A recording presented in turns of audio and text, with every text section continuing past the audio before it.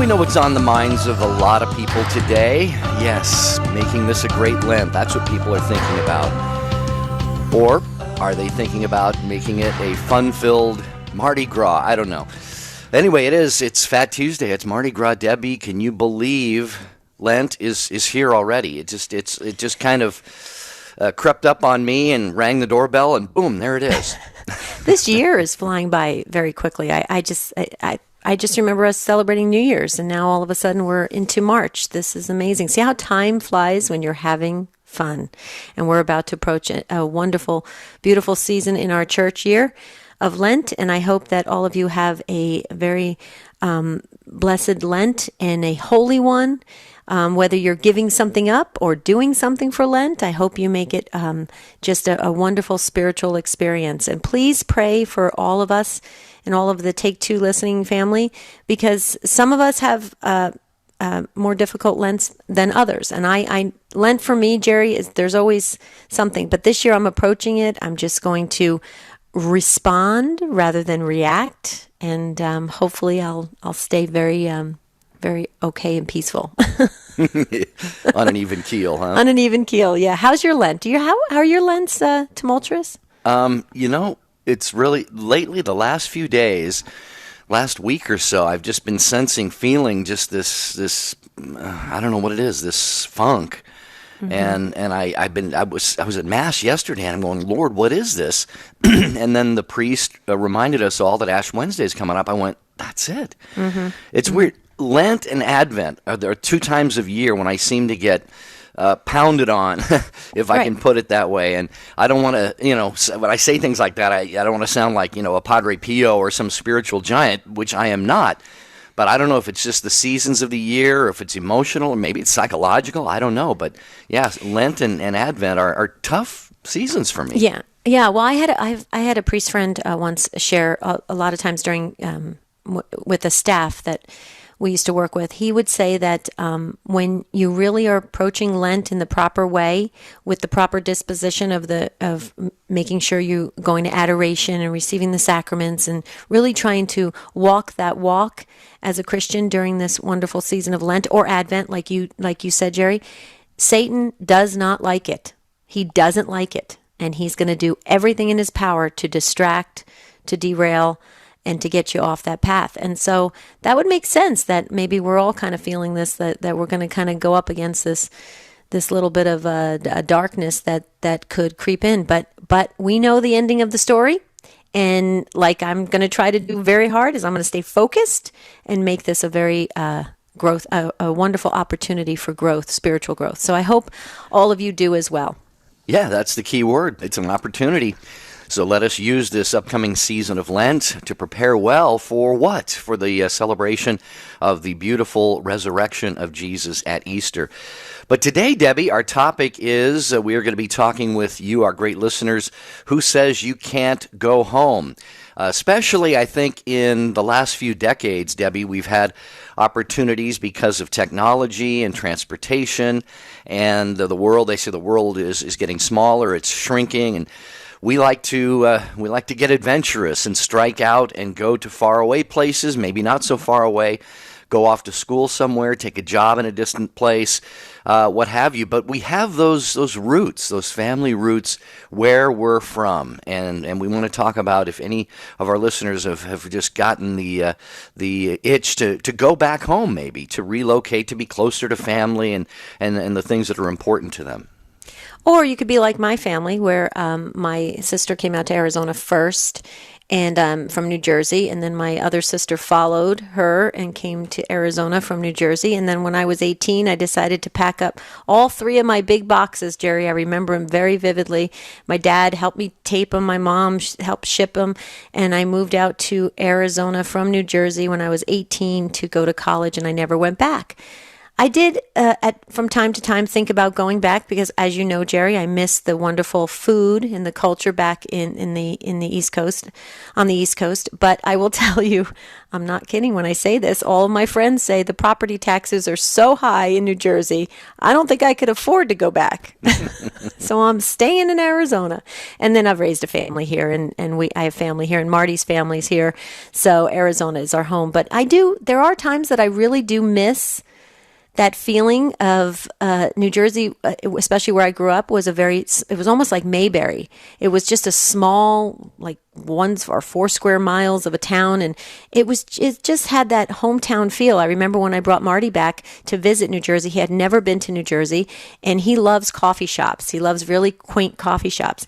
And I remember I said, well, there's one on Bloomfield Avenue. So those of you who know the Essex County area of New Jersey, you'll know what I'm talking about. There's a coffee shop on Bloomfield Avenue. So I sent them there in the morning, and then I couldn't find them, Jerry. I couldn't find him. So later in the no, I'm not kidding. So later in the afternoon, later in the morning, I finally found him, and I said, "What are you doing?" And he says, "Oh, these are all my friends." And when he left the coffee shop, they're all going, "Bye, Marty. I hope you visit again soon." Oh, that's beautiful. It was hilarious. So yeah, going back home, there's that soft spot in my heart for that. How about you?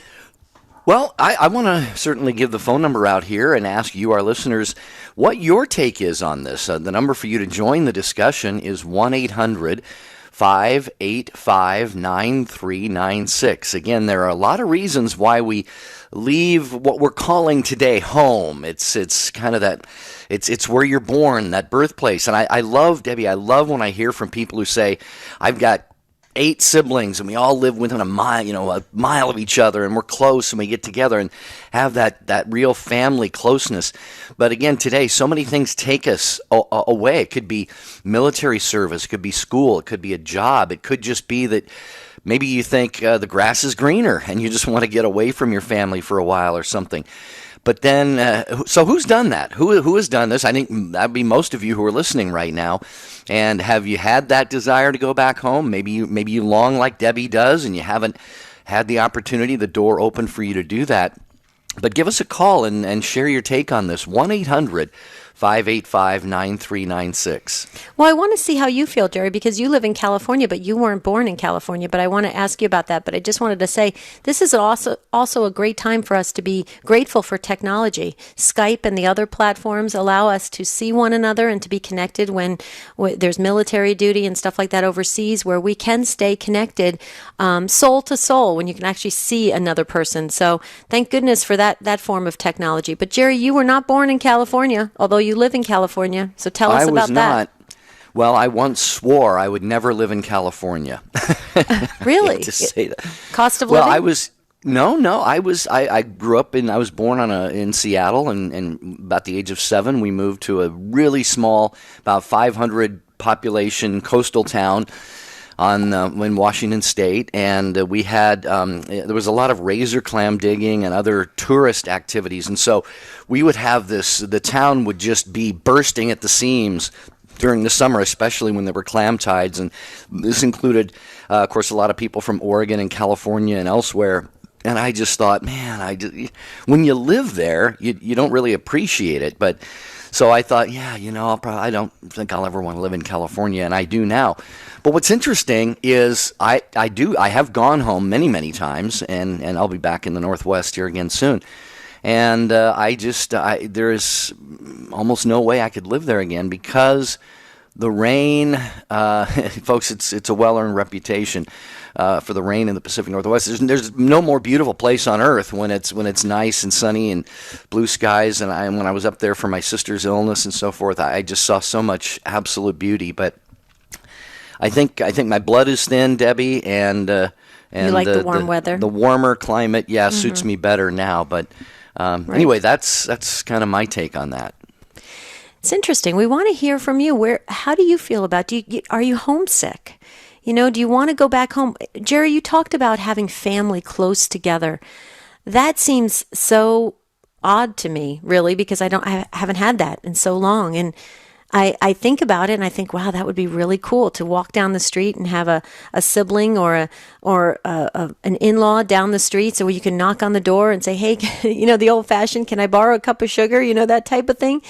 It would be really cool to do that. I know a family. This is really interesting. I know a family in Arizona that actually bought a whole area of land and named a street after the family name. And you drive down this street and there's 5 different houses and they're all family members.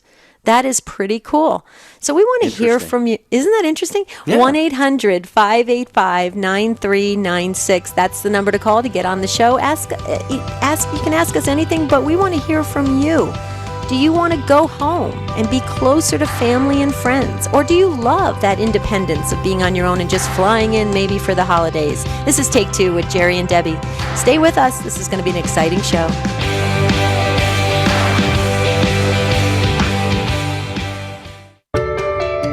Post your intentions on the prayer wall on Jerry and Debbie's website.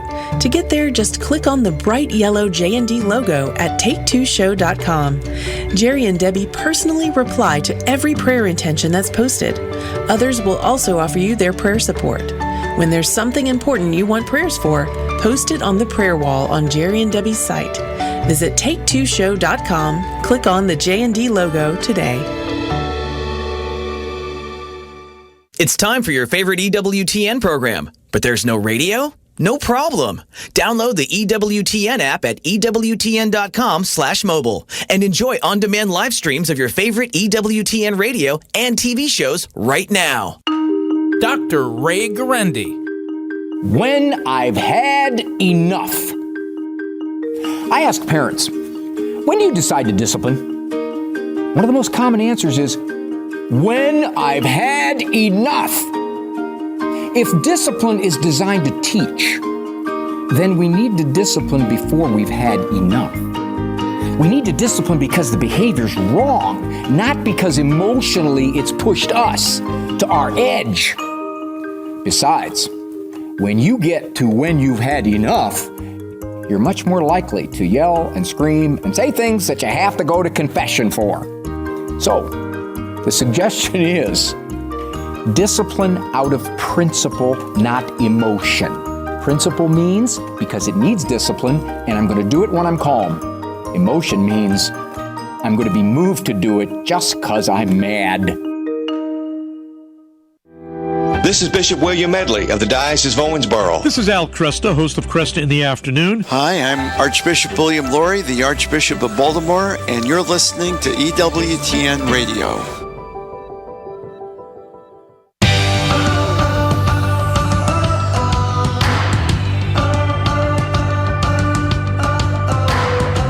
We're grateful that you're with us on this Mardi Gras edition, Fat Tuesday edition of Take Two with Jerry and Debbie. Tomorrow, by the way, we are going to talk about a theme very closely connected with Lent, and that is, as we hear when we get the ashes at church, remember, man, that you are dust, and to dust you shall return. And how often do we think about that, Debbie? You know, that's going to be our topic tomorrow. How often do we actually, I don't think we can go through our lives, and until we're really have the knowledge that we're getting very close to death, I don't think, especially when we're younger, we probably don't spend 5 seconds thinking about, really intentionally thinking about, wow, I am going to come to the end of my life someday. Right. Unless you have a family member that's approaching the end of life, then you really start to think about how time is really moving very quickly. So it's interesting. Tomorrow's show, I think is going to be fascinating. Okay, so we're going right to the phones, and there was a caller early on. I believe it was a lady calling in from South Carolina who made a comment about New Jersey, said I agree with Debbie about New Jersey. So you dropped off. Call back from South Carolina. I want to hear why you miss New Jersey. Okay, Martha, you are... It's got to be because of the food. We have the best pizza. delis. It's got to be the pizza. Well, the pizza, the Italian food, the delis. I mean, I can go on and on. It's just such a quaint area. I think it's a well-kept secret, New Jersey is. It's just a beautiful area, very, very green. Well, that's why it's called the Garden State. Okay. Martha, you are first up. You are listening to EWTN Radio in Ann Arbor, Michigan on Ave Maria Radio. Hi, Martha. I think it's... there's Martha. I was looking at the screen. There's a more. I thought you called the wrong one. No, Go ahead, Martha. I'm sorry. Hi, Martha. Hi there. How are you? Doing well. How are you? I'm very good, thank you. I called up to say that this year I have made the decision to move back home. I've been where I am for 37 years, and I just have the desire in my heart to live near family again. So I'm moving back home. I'm originally from Ferguson, Missouri, which is not the hellhole that people think it is. And I'm going to be settling down near one of my sisters and her large extended family. So I'm really looking forward to it. I'm very happy. I think it's a Holy Spirit move. And everyone who I talk to says the same. So that's what I'm doing. Martha, I want to ask you a question. Did something kind of prompt this thought about actually moving back home? Was there an illness? Was there a death? Was there a major life change that made you start to think, hey, I really want to be near family? Yeah, my health has been a little iffy the past 5 years or so. And while I'm doing very well by myself, my brothers and sisters are concerned for me, and they want me someplace where I'll be safer than by myself, so that I don't wind up lying on the floor of my apartment for 2 or 3 days and nobody knows I'm missing. Well, I love what you just said, Martha, that your siblings care that much for you. See, you've had some distance geographically being separated from them, but it sounds like the emotional, the family bond has remained. I love that about my family. We were all there with my sister in her final days, and even though I've got a brother in Georgia, a brother in Phoenix, and one in Washington, I'm in California, and we don't necessarily, Debbie, have to lose that emotional connection, but still just being able to be with those we love, and Martha is headed back for that, and I think it's a beautiful thing. I do too, Martha. You're blessed, Martha. You have like Jerry said, you have a family that truly cares about you, and I think that's wonderful. I think this is going to be a really wonderful homecoming for you, and I think great things are ahead. Just because you'll feel that security. Yes, I think you're right. Oh, bless you, Martha. Safe travels, and I hope your health continues to stay steady and you're strong. You sound like a strong woman, so I think you got that going for you. Plus, it sounds like you have a great spiritual foundation. So, Martha, we just are going to have prayers around you that it's a beautiful move and a wonderful, just great years in Ferguson, Missouri. Thank you. Thanks, Martha, for the phone call to Take Two with Jerry and Debbie. From Martha, we go to Maura in San Antonio, listening on EWTN Radio to Guadalupe Radio. Hello, Maura. You are on next with Jerry and Debbie. How are you? Hi, good, thank you. Good. So it's interesting because my husband and I both grew up in Indiana, about an hour and a half from each other, but we met in Texas. And kind of like you, actually, I never had the desire to come to Texas for whatever reason. I just never wanted to be here. But it was kind of a Holy Spirit thing. I came here for grad school, and it just seemed that this is the place for us to be right now. But ever since we had our first child, which she's going to be 2 this month, we've really felt the distance from family. And we're both very close to our families, but we were doing okay here, and we felt peace about it. But now it's been more the thought of her not being close to her cousins, because her cousins are all back home in Indiana.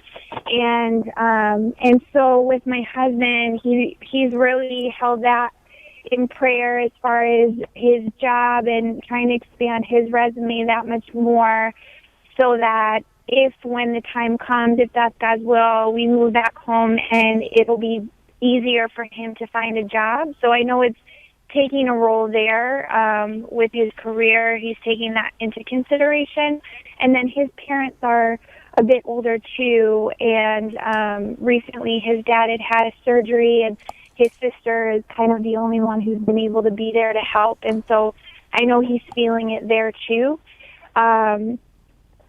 So we definitely talk about moving closer to home. We both have that in our hearts. As far as when, we don't know. We just pray that the Holy Spirit will help us with that. And exactly where is the tough thing, because our parents live an hour and a half from each other, and I can't necessarily see us in either hometown, like in his hometown or my hometown. In my mind, I was thinking more of a neutral location. But I don't know. That's something that we're praying about. Well, Maura, I think that's beautiful because you're in a great phase right now. You've turned it over to prayer and discernment. That's a perfect place to be, and let the Lord see where He provides that opportunities in front of you. And given that you and your husband are praying together, God willing, those signs and great, wonderful pathways that God makes, they'll become very evident to you. And I think that's great. I agree with you. I was the same way. When I had my first child, my in-laws were in Arizona, but my parents were still in New Jersey. So I worked very hard on getting my parents out to Arizona, and they ended up coming to Arizona. So I agree with you. It's nice to have family around, especially grandparents. My mother was amazing with my children, and she was my babysitter. I mean, but she loved it. I didn't force it too much, but she was great, and it was great that they had that connection. So I can relate, and I'm going to be praying for you and your family that, God willing, if it brings you to that neutral place in Indiana, which I think, if that's what it turns out to be, I think that's great because it'll give you guys your independence as well. I'm going to be praying that God provides that way for you, Maura. Thank you so much. Thank you. I just wanted to add more. See the pull that Debbie has. I mean, you're talking about thinking about moving back to be with your parents and your husband's parent. Debbie just says to her parents, "Hey, you're moving out here." Exactly.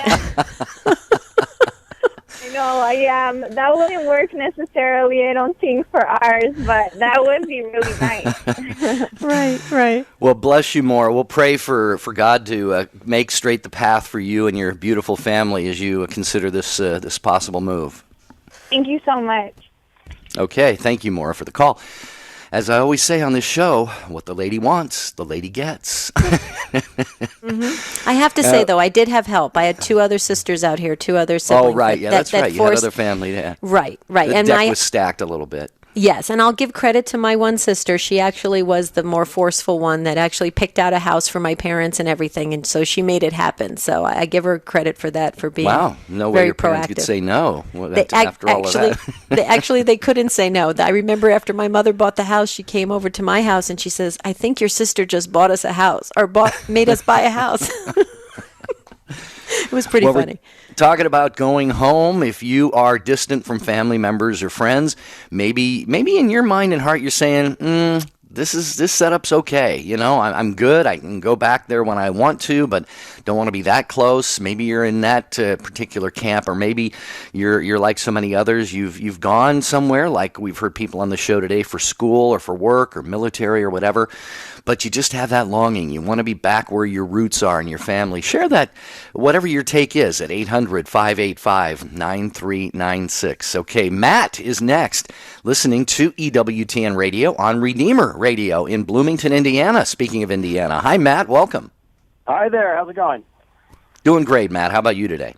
Oh, I'm doing okay. I was just calling about, the feelings that I've been having lately about, being close to family and my girlfriend's family. So I'm originally from New York, and I'm here in Bloomington at school with my girlfriend, and her family's from Chicago, and I actually took a break during college to play in an orchestra in Vancouver, BC. So I feel this, and I came back to finish my degree, and that's where I am now.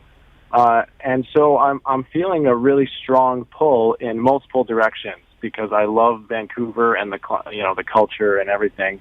But I also I'm one of 9 kids as well. So I feel very, very close to my siblings. And so I can't imagine living far away from them. But also my girlfriend Annie is really close with her. She's one of 6. And so, both of our parents want to be grandparents, and so I'm having a tough time reconciling in my mind, where the best place for us to end up is. I'm just going to add a couple of things here first, then Debbie, you can share. But Matt, I think your only option is to win the lottery and then buy homes for all of your family in really mutually agreed upon place. But short of that, I remember, when I was in high school, we had a high school exchange from this little tiny coastal town in Washington to Long Island, to John Glenn High School, and 2,000 students there. And I really became quite fond of a young lady who went to that school. And we ended up we were seeing each other during the summers for a few years. And we thought, our agreement was we were going to get married and settle in Nebraska. I don't know how that would have worked out. But Matt, hang on. We might have some serious comments for you, too, when we continue here on Take Two with Jerry and Debbie. And Kim and Joe, we're going to get to your calls as well about going home today on Take Two. This is Al Cresta, host of Cresta in the Afternoon, and Cresta in the Afternoon looks at all of life through the lens of Scripture and the teaching of the Catholic Church. Church teaching is the light by which we view the world, and so we'll explore everything, from abortion to Hollywood, and from the First Amendment to the United Nations, and everything in between. Following St. Paul, we're seeking transformation through the renewing of our minds. So that's Cresta in the Afternoon with me, Al Cresta, weekdays 4 to 6 p.m. Eastern on the EWTN Global Catholic Radio Network. Hello, I'm Doug Keck. This is an EWTN bookmark brief. I just finished interviewing Father George Rutler about his book, The Stories of Hymns, the history behind 100 of Christianity's greatest hymns. It's published by EWTN. And Father, tell us just a synopsis. What's this book actually about? It basically is a book I wrote nearly 20 years ago, but I thought it held up well. It was out of print for a while. It's about, my favorite hymns. Hymns I grew up with, or hymns later on I learned to love, melody lines and the text, as some explanation of the meaning of the text, but also a background of the authors and the composers. Thank you so much, Father Rutler, for writing this book. It's The Stories of Hymns, the history behind 100 of Christianity's greatest hymns, available through our religious catalog published by EWTN. And this has been an EWTN bookmark brief. Thank you so much for joining us.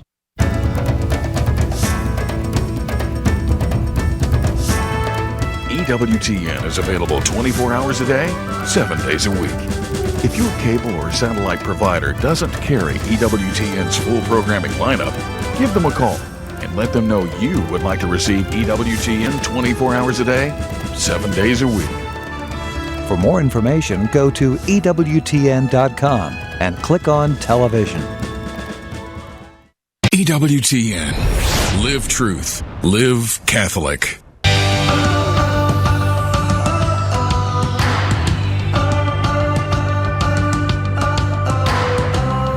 Take Two with Jerry and Debbie, and Matt is with us right now in Bloomington, Indiana. And Matt has a situation where, Matt, I believe you said it's your girlfriend, and you're considering, I presume, getting married, and she's from Chicago, I think you said, and you're from New York. Do I have those details right? That's right. Okay. Yeah, and Matt's, you're a little bit torn. You want to be near your family. Of course, you would like to be near hers. And, of course, when grandkids come along. So, Debbie, I don't know. Do you have, you seem like you're nodding like you have some words of wisdom for Matt. I do. Matt, it's a practical exercise. It's done all the time, and I would highly suggest it for you and your girlfriend. And that is simply that the two of you sit down and do a pro and con list of areas to live in. The reason why I say that is because it takes the emotion out of it. Because let's say, for instance, you say to your girlfriend, "But I've got siblings I want to be close to in New York," and she says, "But I've got my family in Chicago." Right. Okay, so you just simply put it down on paper, the pros and cons. It may be financially more beneficial for you to live in Chicago. It may be work-related, that it's better for you guys to relocate to New York. And I think you said New York. Is it New York State or New York City? It's like 25 miles north of New York City, so. Okay, yeah. Right. Okay, so, or maybe what I would also encourage you to look into, and I think personally this is the most important, and that is what kind of religious communities, parishes and churches are around the areas you want to settle in. Yeah, that's hugely important to us, yeah. Yes, absolutely. And what's going to be the most beneficial school-wise for when the children, God willing, come. And so that's, you got to look at all those things, put down the pro and con list, and really do it like that. And then what comes out at the end, pray about it, let it kind of see what comes out of it. Because this way, whatever you decide, When you go back to the families, you can say, hey, we sat down and put all of the positives and all of the negatives of every area, and this is what came out of it. And then everybody knows you really did it from a practical standpoint, what's going to be the best for your family. That's what I would suggest. What do you think?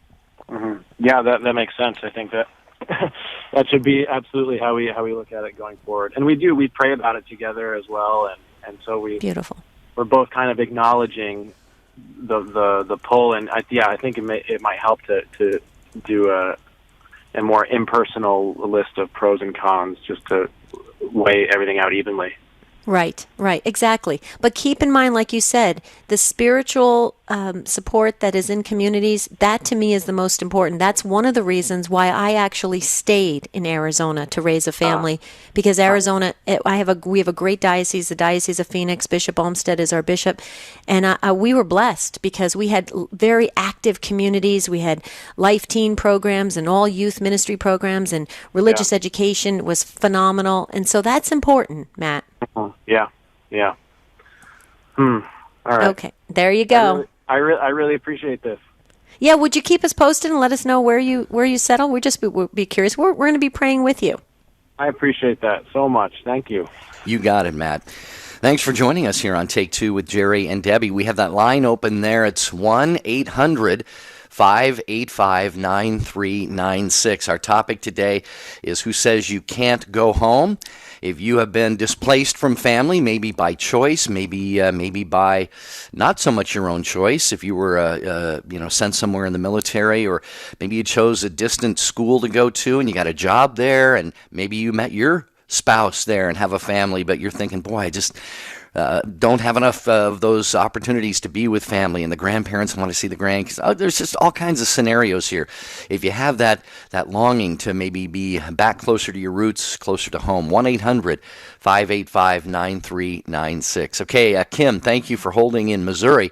You are listening to EWTN Radio on Covenant Network. Hi, Kim. Welcome to Take Two. Hi. Good to be on. Thank you. I just wanted to comment on I was raised in an extended family situation, and the way it developed over time was so amazing. My whole family, my mother's family, my daddy's family, are all from Tennessee.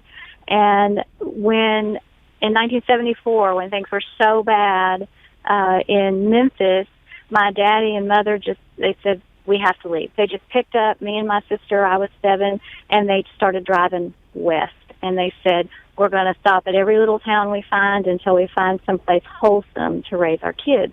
And so we landed in Springfield, Missouri, and then and they had left we had a huge Catholic family, just so many cousins and aunts and uncles, and my parents felt it was that important to leave and find a better way for their 2 girls. And so we landed in Springfield, and we visited this farm. My dad had a friend, and 2 years later, we bought that farm. And then all the family came to us. And they didn't realize they were establishing a whole new extended family location. And my mother's brother came, and her other brother came, and her mama and daddy, my grandma and grandpa came, and they all came to us. And so we started building this big extended family, and I grew up on this farm my whole life, and it was the greatest place in the world. And I didn't realize the impact at that time that it was making on me and my family. But when I got married, they gave me a piece of the land, and I started my family there. And then she gave my sister some land, and my sister started her family there. And I have 2 kids, and they literally, over the river and through the woods to Grandma's house, all their life. And so I had an opportunity to move away. When I was 32, I moved away. I couldn't get back fast enough. I found a way to promote with my job to bring my family back to the extended family on the farm. And my mom and daddy say every day, if we didn't have you guys here on the farm, we'd just be a couple old people by ourselves doing nothing. And the value of that extended family has been so charged. And my mother rewrote This Land Is Your Land back when I was about 10 or 11, and it described our area. This land is your land, from the Finley River to the Big Z Highway to the Walnut Forest. And, this land belongs to all of us, and it was our whole family. And it it's great. What a beautiful story. That is you should write a book about that. I think that is it sounds like a movie. Jerry just typed over to me. It sounds like a movie. But Kim, I have to ask you this question because normally near Springfield, Missouri, it's kind of a neutral accent area of the country. You still maintained your Tennessee accent. How did you do that? Well, I don't know. I love it though. Thank you. And it's there's so much love and caring and sharing in our family just because we're all there for each other. And my parents they thought they were leaving their home for a new place and would never return, and then they just drug the whole family with them, and we still have lots of second and third cousins and everybody in Nashville and all of that, but we created a whole new extended family unit, and my kids love the farm. They want to stay there. They're older. They're both in their 20s, and so my daughter stayed where we had moved away from, and now she's brought her husband back, and it's just really a good thing to have that extended family because there's so much support and so much love that it's great for kids to grow up in that environment and understand how to share and help. And my dad's in his 70s and my husband's in his 50s and my son is in his 20s, and there's always somebody strong to help and support. And my mother turned the canning over to me. She did all the canning, and then when I got old enough, she turned it all over to me. And we have a unit garden where we all work the garden together and have good wholesome food. And it's just a typical Ozarkian rocky valley, and we have 110 acres, but it's just so fruitful and it's so wholesome. And I've always felt privileged that my kids have been able to just be brought up in that environment. Really does sound like a wonderful situation. You got to all like each other pretty well, but it sounds like you do, Kim. Yeah. So yeah.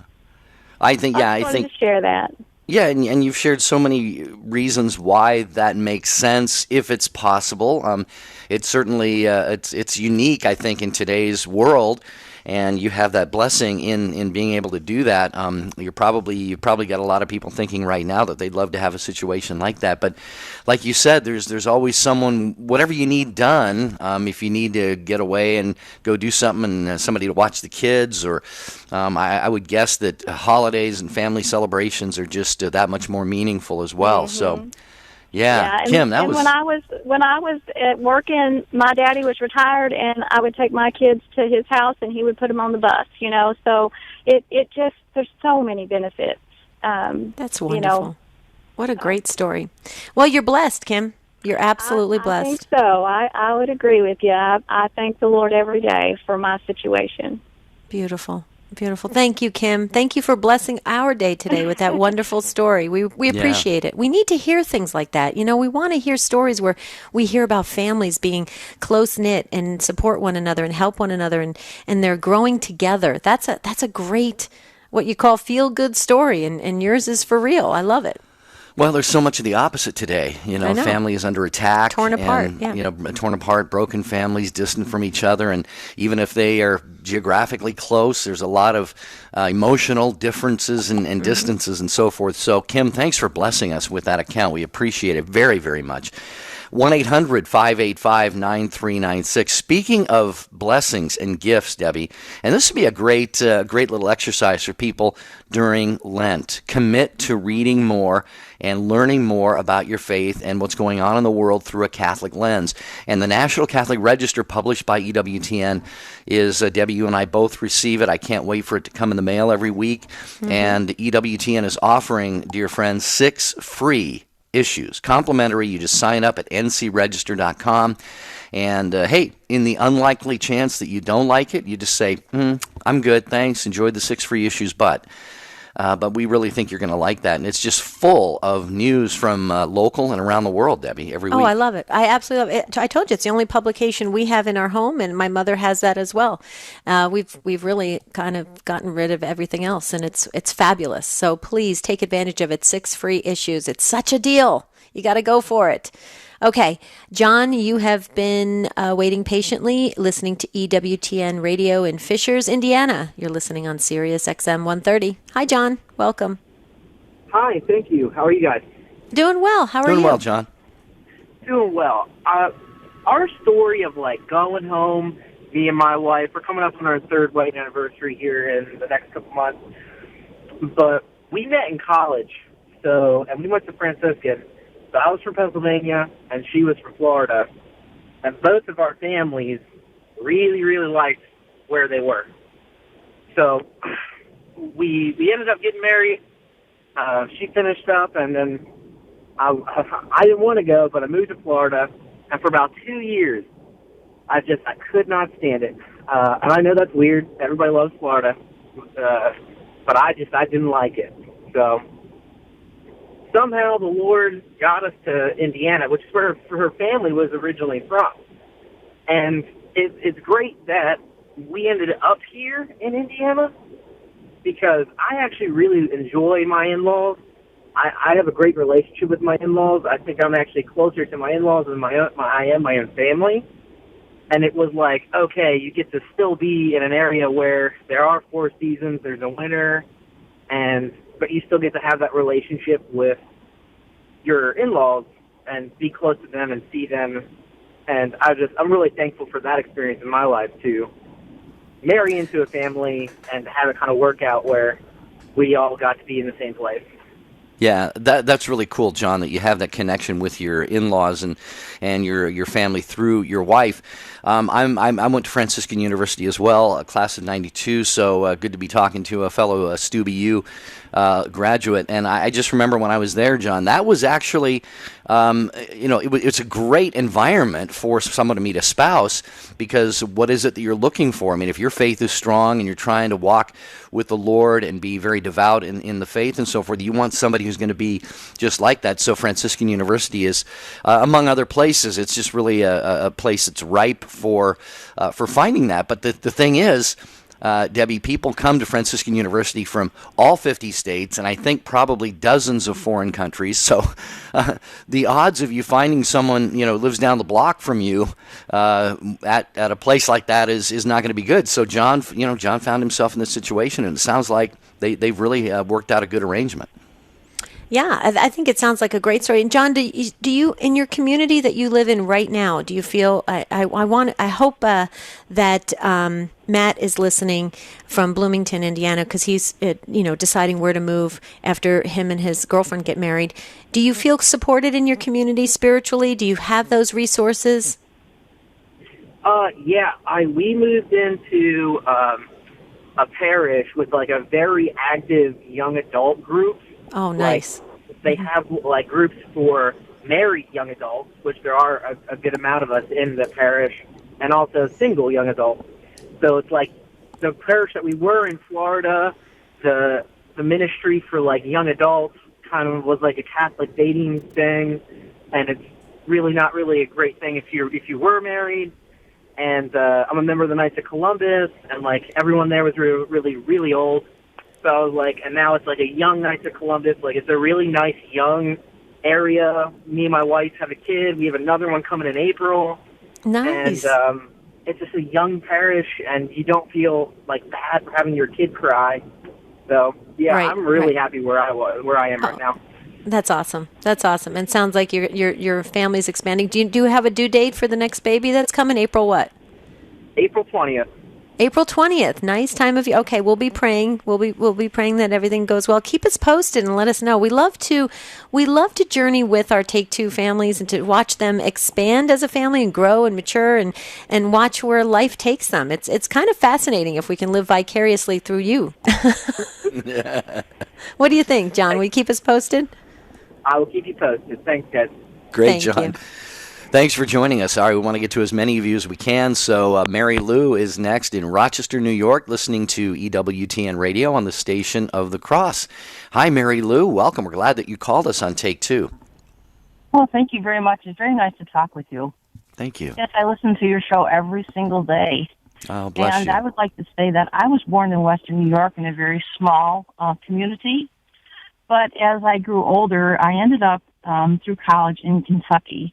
And altogether, working, going to school, I was there 25 years. And in 1991, a friend kind of coerced, if I may use that word, into going on retreat at a monastery. And so I lived in eastern Kentucky, and we went way up in the mountains of Martin, Kentucky, and the monastery was there. Not your usual monastery. When you drove in the driveway, it looked like it was a garage.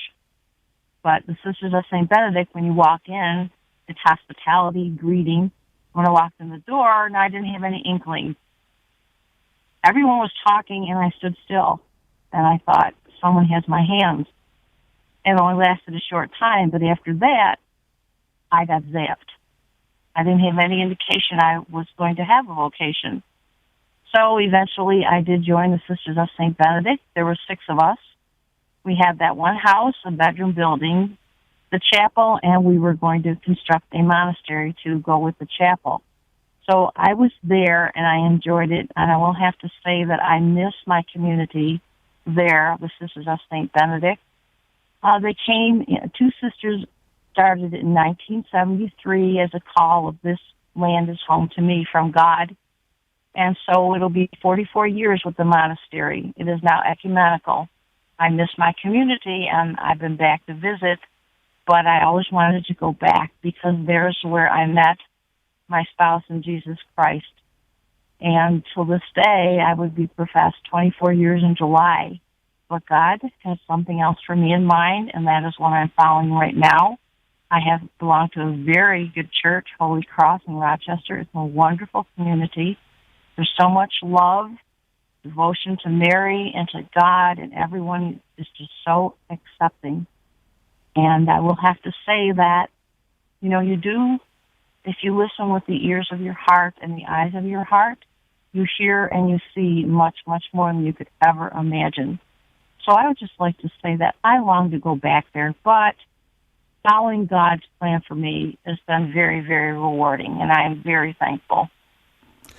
Well, and Mary Lou, we've heard you just say now, and a lot of other of our callers today, really bring in God and His will and the Holy Spirit and so forth. And I think that's a key part of this because our happiness, He wants us to be happy. It may or may not be right in the exact place that we want to be or where our family roots are or what have you. But whenever we follow God's prompting and His leading, that's going to be ultimately where our happiness is going to be. And I heard the Benedictine influence in you there as you talked about the ear of the heart. Orum Cordis. It was, yes. Remember Deacon Harold, Debbie, a good friend of ours, Deacon Harold Berksiver, spent time in a Benedictine monastery, and his ministry is now called Orum Cordis. So Mary Lou, I want to address you properly. So is it sister? Did you take your vows? Or No. I left the monastery in 1996. Oh, okay. I was professed, first vows. Okay, but circumstances do arise, and you have to go forth and do other things. Right. But if you look up the Sisters of St. Benedict at Mount Tabor in Martin, Kentucky, you will find a history of a monastery that is really courageous, spiritual. I think now they might have 10 members. When I was there, we had 6. And if anyone would like to look up the Sisters of St. Benedict, you will find something extraordinary on the top of that mountain, because the rock formation is exactly like the one at Mount Tabor in the Bible. Oh, interesting. And the work and everything that went into that, it is just outstanding. Mm-hmm. Mary Lou, I think what I'm taking away from your story is that we have to be really true to what God calls us to be in our lives and to be in alignment with that vocation. And it really, to me, I think you're going to be inspiring a lot of people that listen, because sometimes the world pulls us in one direction, but we're feeling deep in our heart that God is calling us to a much bigger path, if you will. And I think it's important to somewhat be or try to be in alignment with it or true to it, because it's very interesting, because life can take you in different directions, and then you feel your heart tugging you back. So it really, you helped me today. I think some young people listening that are going to be discerning vocations, it could help them too, to really be just true to God's call for them. So thank you, Mary Lou. Thank you for blessing our day today. Terry, we're going to get to you because we're going to be running out of time. This show goes so fast. And you're listening in Gaithersburg, Maryland, Terry, and on Guadalupe Radio Network. Hi, Terry. Welcome. Hi. Hi. Thanks for taking my call. I just think it's kind of providential that you were talking about this today, because just last night I'm talking to my daughter-in-law. My son and daughter-in-law moved out to the West Coast, and we live here in Maryland, just when she was pregnant with twins. So they've been out there for 5 years. He has a very demanding job, and she stays at home, and it rains all the time. And she just hates it there. And she wants so badly to come back here because her family is in Poland. She's not going back to Poland, but she wants her children's family to be around, and she wants help, and she wants, my parents live on a farm in Virginia, and she loves it there, and she just desperately wants to come back. But my son just hates the East Coast, and he was so happy to get a job out there, and he loves the mountains, and he's so happy. And it's painful. It's painful for her. She really wants to come back, and I'm worried about them. And obviously I would love to have them here. My grandkids are now 5 years old. So Right. Well, I don't know that there's anything I can do about it other than just, be there for my daughter-in-law and pray. And pray. You can pray. And pray, absolutely. Yeah, absolutely. Absolutely pray that God shows them the path that would make them both happy. I have a couple friends that they're a wonderful couple. They've been married a long time. They live in Nebraska now, and they're probably listening to the show right now, so they're going to be laughing right now. But they made a deal. They made a deal when they first got married. He allowed her to live where she wanted to live for the first part of the marriage, and then she had to, in turn, let him retire where he wanted to. And so that's why they lived in Arizona to raise their family, and then they moved to Nebraska. And so she kept her bar. Yeah, it's quite interesting. And they've been married. So Laura and Glenn, yes, I'm talking about you. So, but here's the thing, though. You sometimes doing those things, making those concessions and really working through so that both parties can feel supported. I personally think, Terry, just because they're starting a young family, to have family around the children and the support system around, that is very, very beneficial for the long-term success of the family. So that's what I think anyway. But Terry, I'm going to be praying that God just opens those opportunities and maybe just finds a great solution for your son and your daughter-in-law. What do you think, Jared? I agree, Terry. Thank you so much. And just the prayer approach. And I would encourage them too, Terry. Not only you pray, but encourage your son especially. It sounds like, both of them, just to be praying. And as a sacrament, God is going to provide the grace that they need to do the right thing for them and their family first. And hopefully it'll be what gives you all the desires of your hearts. Matthew, Joe, and Jack, and the others, man, I'll tell you, every day we just we gotta find a way to stop time, Debbie. Yeah, really. Let's pray about it. Okay, well, you can keep the conversation going on EWTN Catholic Radio Facebook page, or email us at take2@EWTN.com. We're going to see you tomorrow for another great show. But until then, Jerry and I want to wish you, what do we want to wish them? Beautiful and blessed day.